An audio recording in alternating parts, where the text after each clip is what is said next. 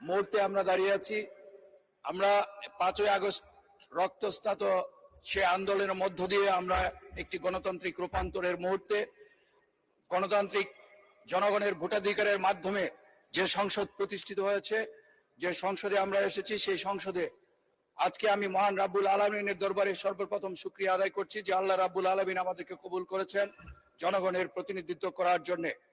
মাননীয় স্পিকার, আপনার মাধ্যমে আমি সর্বপ্রথম ময়মনসিংহ 10 গফরগাঁও উপজেলা পৌরসভা এবং পাগলা থানার জনসাধারণকে আমি ধন্যবাদ এবং কৃতজ্ঞতা জ্ঞাপন করছি, যারা বিপুল ভোটে এই নানা প্রতিকূল পরিস্থিতির মধ্যেও আমাকে নির্বাচিত করে তাদের প্রতিনিধিত্ব করার জন্য এই মহান সংসদে পাঠিয়েছেন। মাননীয় স্পিকার, আপনার মাধ্যমে মাননীয় প্রধানমন্ত্রী জনাব তারেক রহমানকে আমি ধন্যবাদ এবং কৃতজ্ঞতা জানাচ্ছি, যিনি আমার উপর আস্থা রেখেছেন এবং যিনি আমাকে এই মহান সংসদে আসার সুযোগ করে দিয়েছেন। মাননীয় স্পিকার, আমি একটি কথা বলতে চাই, 5ই আগস্ট আর আজকের দিনটির মধ্যে একটি বিস্তর ফারাক। আমি নিজেও একজন জুলাই যোদ্ধা, আমার বিশ্ববিদ্যালয়ে পড়ুয়া মেয়েও ছিলেন জুলাই যোদ্ধা। 5ই আগস্ট আমরা এসেছিলাম এই সংসদ ভবনে, এই সংসদ ভবনের বাইরে আমরা দাঁড়িয়ে, তখন আমি ছিলাম সংসদ ভবনের বাইরে, তখন আমরা হাজার হাজার জনতা স্রোতের মতো সেখানে এসেছিল। আজকে সংসদের ভিতরে এই যে একটা অন্যরকম অনুভূতি, এটা ভাষায় প্রকাশ করার মতো না। মাননীয় স্পিকার, আমি মনে হয় বাংলাদেশের অবহেলিত জনপদের সবচেয়ে অবহেলিত জনপদের একজন প্রতিনিধি।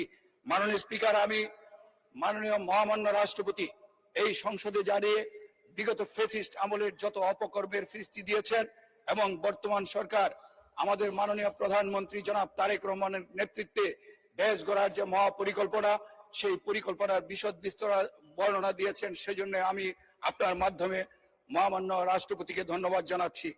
মাননীয় স্পিকার, আপনারা জানেন সবাই এই মহান সংসদে আমরা যারা দাঁড়িয়েছি, এই সংসদে সবার মধ্যে একটি অপূর্ব মিল রয়েছে যে আমরা ফ্যাসিস্টরা বিতাড়িত হয়েছে এবং এই মহান সংসদে যারা প্রতিনিধিত্ব করছেন সবাই এই ফ্যাসিস্টরা নাই এবং সবাই গণতান্ত্রিক নির্বাচনের মাধ্যমে জনগণের বিপুল ম্যান্ডেটের মাধ্যমে এই সংসদে তারা প্রতিনিধিত্ব করছেন। তবে একটা জিনিস আমি সবার প্রতি অনুরোধ করব, মাননীয় এখানে বিরোধী দলের যারা সদস্যবৃন্দ আছেন, আমরা সরকারি দলের সদস্যবৃন্দ আছি, আমরা যেন সবাই এখানে জনগণের জনগুরুত্বপূর্ণ বিষয়গুলো নিয়ে আমরা যেন আলোচনা করি, আমরা যেন বিরোধিতার স্বার্থে বিরোধিতা না করি, আমরা যেন সবাই মিলে, যেহেতু আমরা ফ্যাসিস্ট মুক্ত বাংলাদেশে সবাই জনগণের ম্যান্ডেট নিয়ে এসেছি, সবাই যেন সবার প্রতি সেই অনুরোধটুকু জানাই। মাননীয় স্পিকার, আমার এলাকার কিছু জনগুরুত্বপূর্ণ বিষয় নিয়ে আমি আপনার মাধ্যমে মাননীয় প্রধানমন্ত্রীর দৃষ্টি আকর্ষণ করতে চাই। মাননীয় স্পিকার, আমি আমার এলাকায় গফরগাঁও উপজেলা পৌরসভা এবং পাগলা থানার 7 লক্ষ লোকের বসবাস, কিন্তু মাত্র 50 শয্যার একটি হাসপাতাল। সেই হাসপাতালে নেই কোনো অ্যাম্বুলেন্স, নেই কোনো এক্সরে ইসিজি মেশিন, নেই কোনো, সেখানে 173 জন জনবল আছে, তার মধ্যে 71 জনেই নেই। সেই হাসপাতালটি খুঁড়িয়ে খুঁড়িয়ে চলছে।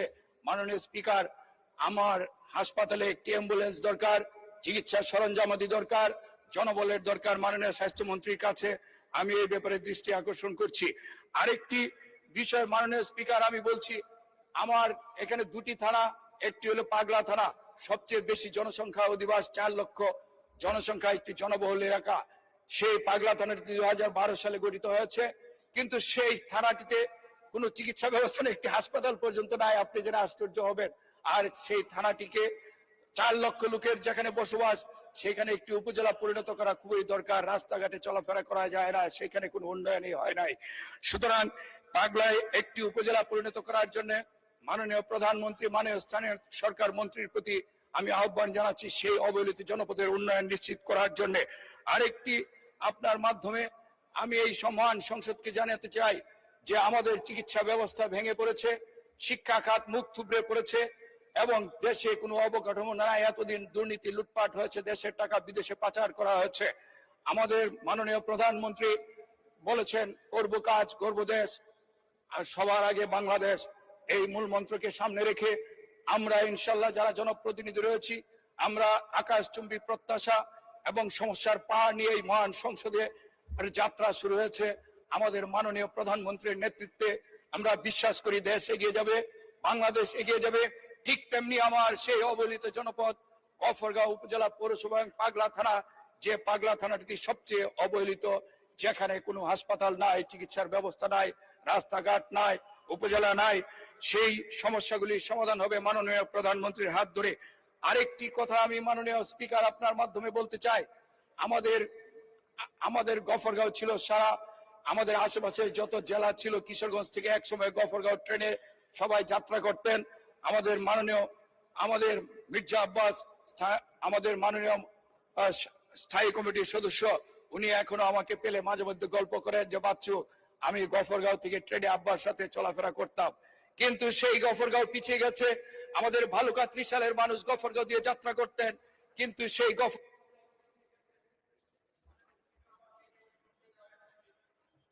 আপনার সময় শেষ, 30 সেকেন্ডে শেষ করেন। মাননীয় স্পিকার, সেই ভালুকায় শিল্পায়ন হয়েছে, ত্রিশালে শিল্পায়ন হয়েছে, সে আমার পার্শ্ববর্তী নান্দাইল সহ অনেকগুলি কয়েকটি জেলা এবং থানার গেটে ছিল গফরগাঁও। কিন্তু আজকে সেই গফরগাঁও অনেক পিছিয়ে। গফরগাঁয়ের যে রেল লাইন আছে, সেখানে রেল লাইনে সেই স্টেশনে পানি পড়ে, সেই রেল লাইনের অবস্থা, ধন্যবাদ। অবস্থা